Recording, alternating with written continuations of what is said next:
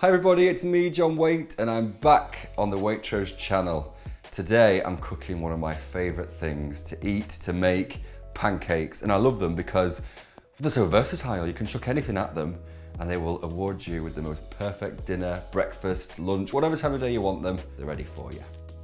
One of the great things about this recipe is that it's dead versatile. So if you're gluten-free, you're dairy intolerant, you don't like this, you don't like that, you can swap things and make it work perfectly for you.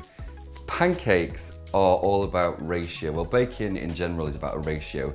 And if you remember 1-2-2, you will always be able to make the perfect, beautiful crepe style pancakes. So it's 1 part flour, 2 parts milk and 2 part egg. But the most important thing to remember is that is in weight, not volume. So on that note, in with the flour, plain flour. And by all means, feel free to get experimental with different types of flour. The recipe might need tweaking a little bit depending on the flour's absorbency. But you do you, love, you do you. And to give the pancakes some flavour in their own right, I'm going to put in ½ teaspoon of fine salt as well. Pancake day for me, when I was a little boy, was almost as important as Christmas. It's one of those things that you can't sleep the night before because your mum's made the batter, it's in the fridge, and you know that you're going to wake up and have pancakes for breakfast, you're going to have pancakes for 11s, you're going to have pancakes for lunch, for an afternoon snack, for dinner. Mum really went to town on Pancake Day. I think it might be one of Mum's favourite holidays. So, dry ingredients in one bowl, that's the flour and the salt together, done. I need to now get my wet ingredients ready. So 4 large eggs, and the shells can go straight into the compost. And now for the milk. I am quite pedantic about my 1-2-2 weight ratio, so I even weigh the milk. And just whisk together the eggs and the milk to get them really evenly incorporated. And with the milk, if you're not a fan of cow's milk and you want to use a soya milk, an almond milk, a cashew milk, an oat milk, some undiscovered milk, feel free to use whatever milk you like. And the link to the full recipe and any tweaks for alternatives like oat milk, soy milk is in the video description. So what I'm going to do is gradually add the wet ingredients to the dry. It's quite tempting just to chuck it in and whisk like the clappers, but the key thing is to get rid of any lumps, you whisk it while it's still a bit thicker. So I add about 1/3 of the wet ingredients, give it a good whisk, and you can see it's lumpy, it's scraggy. It doesn't look so smooth yet, but a good bit of elbow grease. And once it's smooth, you can then gradually add the rest of the liquid ingredients. So the batter's done, and I'm going to now let that rest for 30 minutes. You could go ahead and use it straight away, but after 30 minutes the flour blooms, the gluten softens, and you have a much more consistent batter. So I'm going to leave that for 30 minutes at room temperature, or if you want to get ahead of the game, you can make it in advance, pop it in the fridge and leave it overnight. Cover it with a plate, 30 minutes, and I'll be making pancakes. I'm quite embarrassed about this because it is pretty questionable, perhaps, but one of my favourite sweet fillings for crepe style pancakes, are you ready? Is cottage cheese with blackcurrant jam. I know it sounds weird and bizarre, but that's something that my granddad used to give me on toast whenever I went to his house. Whenever I eat cottage cheese and jam, especially with pancakes, it just reminds me of my granddad Merrick. So that's my weird and wonderful favourite flavour. What's yours? Leave a comment below and tell us if you've got any quirky pancake fillings that you want to confess to. It's a safe space, guys. Come on, tell us your darkest pancake secrets. So my batter has rested and I can now make my pancakes. So I'm gonna make these beautiful crepe pancakes with brown butter, vanilla, lemon, and maple syrup. The key thing with making a pancake, and I'm gonna point my finger at you because I'm very serious about this, is that you're gonna make sure you preheat your pan on a medium heat.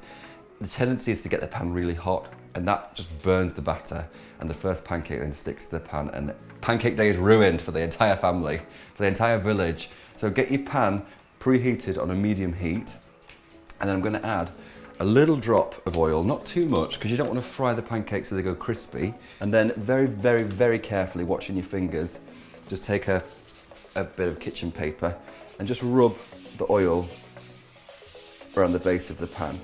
You've got to act quite swiftly when it comes to putting the batter in the pan. So I might get a bit flustered now, so bear with me, okay? As I pour the batter into the pan, I need to turn the pan around to make sure the batter covers the base of the pan. So it's quite a technical operation, this, but don't be fearful. So can you see, as I pour the batter in, Just turn it around the pan. And then patience. So what I'm looking for is this beautiful, the shininess of the batter just slowly becomes a lovely satin matte. And once it does, you know the pancake is ready to flip. Okay, and are you ready?